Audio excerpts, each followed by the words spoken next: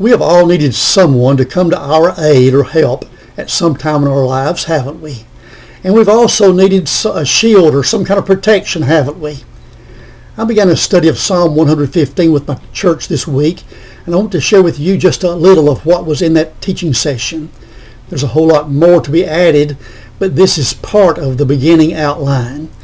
Psalm 115 is sung by those of the Jewish faith at Passover. As such, it has relationship to the deliverance from Egypt. The Jews were faced with insults of idolaters and no doubt wanted relief, but they had a higher priority, and that's commendable. Their main desire was that Jehovah would no longer be the object of the heathens' insults. When the Israelites came into Canaan, the heathen were in terror because of Israel's God. But over time, there had been no display of the miraculous power of God as had been seen when defeating Israel's enemies, or, for instance, at the Red Sea or the Jordan River or the walls of Jericho falling. The sad part for Israel was that their God was no longer feared or dreaded by their adversaries.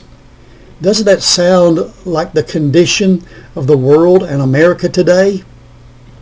In verse 1, the psalmist is asking the Lord to glorify his name for the sake of his mercy and truth.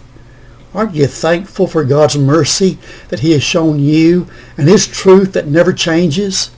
Next verse asks the question, why should the heathen say, where is their God now?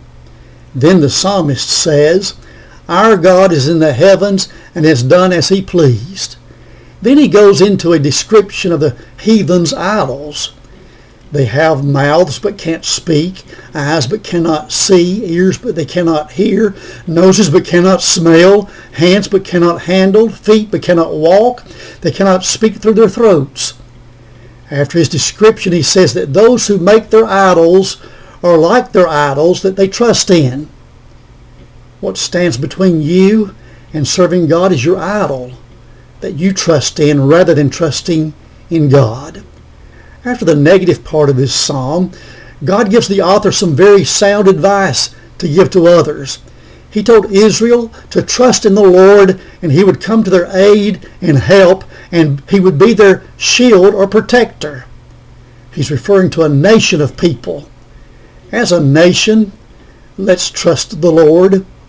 We need his help and protection. Next he says, O house of Aaron, trust in the Lord and he will come to your aid and help and be your shield or protector. He's talking about the priesthood and their families. All you preachers listening should be encouraged that if you'll trust God, he will help you and protect you and your families. The next thing God says is in this psalm can include everyone.